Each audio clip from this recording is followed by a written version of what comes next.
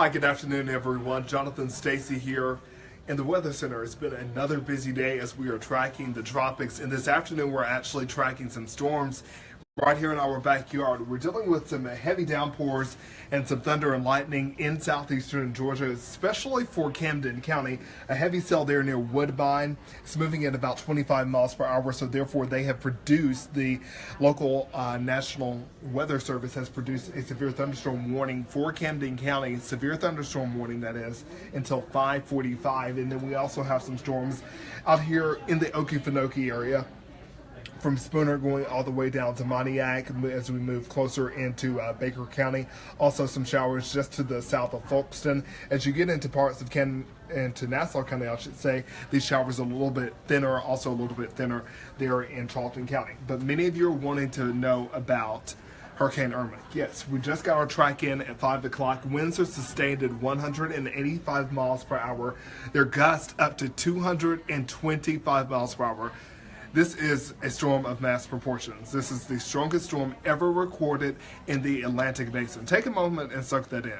The strongest storm ever recorded. Not the strongest storm ever, because, we don't have records to go back forever, but as far as we've been keeping records from the 1800s forward, this is just a phenomenal storm here that is going to likely do tremendous amounts of damage.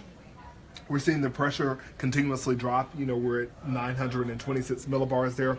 And the storm is moving along pretty fast. Fast by hurricane standards, moving to the west at about 15 miles per hour there.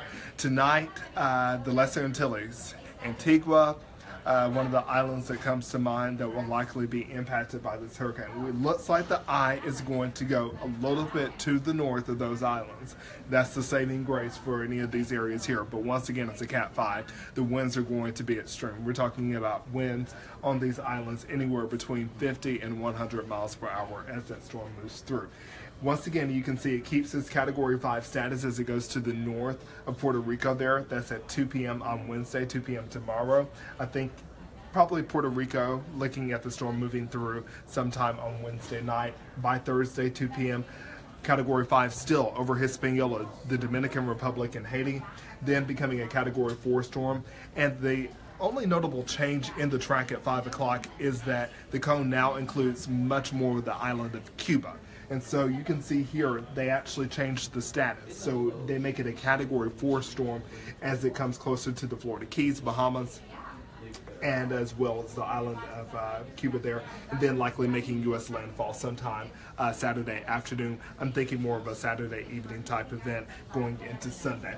Rebecca Berry just got off air along with John Gahn. Meteorologist Rebecca Berry is here to give you a more in-depth look. It's busy around here, Rebecca. It has been busy, and Jonathan's been sending out great push alerts to our weather app whenever the updates do come in, because we want to update you on the air, on our social media channels, and on our app and online as well. And so the latest track doesn't tell us a whole lot because it still doesn't have that northerly turn included in it. Not to mention, when you get a track, and when you look at these tracks, when you're looking at day 4 and day 5, that entire cone is where the eye could be. So it's a completely different day if the eye is south of Cuba on Saturday as opposed to in the Bahamas. You're talking about 200 miles. Exactly. And the error, the margin of error, the average margin of error on these days is 175 to 225 miles. So that's huge. And so, once again, still too soon to tell exactly what our weather is going to look like on Monday, but you should prepare to be without power, even if it's a West Coast storm. We all remember Hurricane Charlie. That was the Charlie, Francis, Ivan, Jean, Katrina year, and we had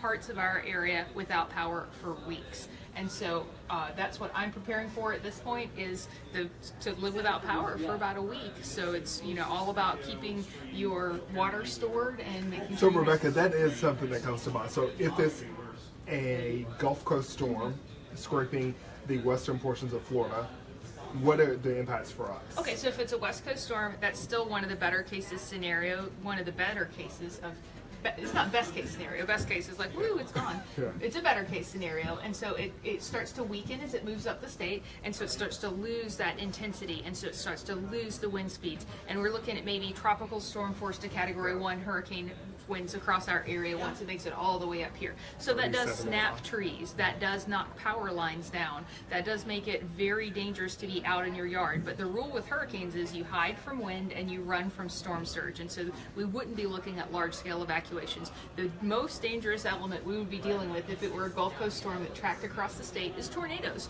We get the tornadoes within those rain bands, and that's when we see lots of trees down, lots of power outages, and lots of damage. So if it's a West Coast storm, we want you to stock up on water, charge those batteries on your cell phone and have backup power, and also know where your safe room is if you are in a tornado. We'll be on air the entire time, regardless of which side of the state it comes on. And we'll let you know what to expect and if those tornadoes are out there. Now, if it's an East Coast storm, which looks less and less likely, that's when we're worried about the beaches and storm surge and flooding with that. And so that's when we would look at the potential evacuation for the beaches if it's an East Coast storm. But once again, that's looking less and less likely. Thank goodness. Any questions thus far? Caitlin wants to know who's ready for a hurricane party. Well, It's going to be a party inside of here. We are working hard, and we're still... I could wait a couple of weeks on that one. Yes, I was about to say, I can't read them because they're scrolling by so fast. Oh gosh, but okay. Scrolling by, there's so many. so many, so I guess we can go back and reply. Yeah, and so I know a lot of people are asking about your specific town and your specific area, and unfortunately at this time the forecasting is not there. We won't know what to tell you to expect in St. Augustine or in Baker County until we get a better idea of which side of the state it's going to affect us from. And that's what is going to be really critical when, you'll get the push alerts, and you'll likely be watching the news at 11. After the 10 o'clock news, we'll have the 11 o'clock advisory and then the 5 o'clock advisory. Those are going to be very notable. Yeah, the 11 Now, p.m. you've tonight, probably, 5 a.m. tomorrow. You've been seeing these come out left and right and kind of seeing the same general trend here. Now, when you get the push alert about those you're watching, make sure you check out what we're seeing on those advisories, because we will likely start to see some indications of a turn there. We're seeing very slight indications there, but just not what we're looking for based on what we're seeing in the models. And so it's still certainly leaning towards that West Coast storm, but we all know hurricanes wobble, so that's why we're monitoring this so closely. And that's why we keep sending you those push alerts to update you to any changes. Someone said something about a beach wedding on Saturday. Uh-oh. Rain plan? Yeah. Now, I will tell you that one of my best friends on the entire planet got married the day before a tropical storm on Amelia Island, and it was the most stunning photos I've ever seen. They had these northeasterly winds, and her veil was blowing back, and her dress was whooshing. So, there's that. Yeah. One thing that we should remember, or you should think about, is we have a cold front moving through, and it's weakening based on the latest model runs. Don't get that confused. You're not dealing with Irma over the next couple of days when we have little intermittent rain showers here. That should be said and done by Thursday, Friday. But that cold front will kind of whip through, giving us some just general everyday rain showers. But that's not. That has nothing to do with Irma. Another thing, especially when considering the wedding, is if Irma does track up the state like this on Saturday and Sunday as Irma's approaching, we'll get very strong northeasterly winds. It'll feel a lot like a nor'easter. We're talking 30-mile-per-hour sustained winds at the beaches over the weekend are possible, and that would bring onshore clouds, the possibility for onshore showers, beach erosion. That would feel a little tropical as well, but Irma's not getting here till Monday, so if it comes. We're hoping not. Yeah, we hope. And there is a slim possibility. Rebecca's been through this many times. We could possibly, over the next 48 hours, if the models were to do something different, we could maybe linger on this side of the state, maybe have some traveling up the peninsula. Yeah, that's all big question marks and big hopes for us at this point. But the only thing that extended forecast tells you is things that might change. Gotcha. So, well, thank you all for joining us. If you have any questions, just put it in the comments.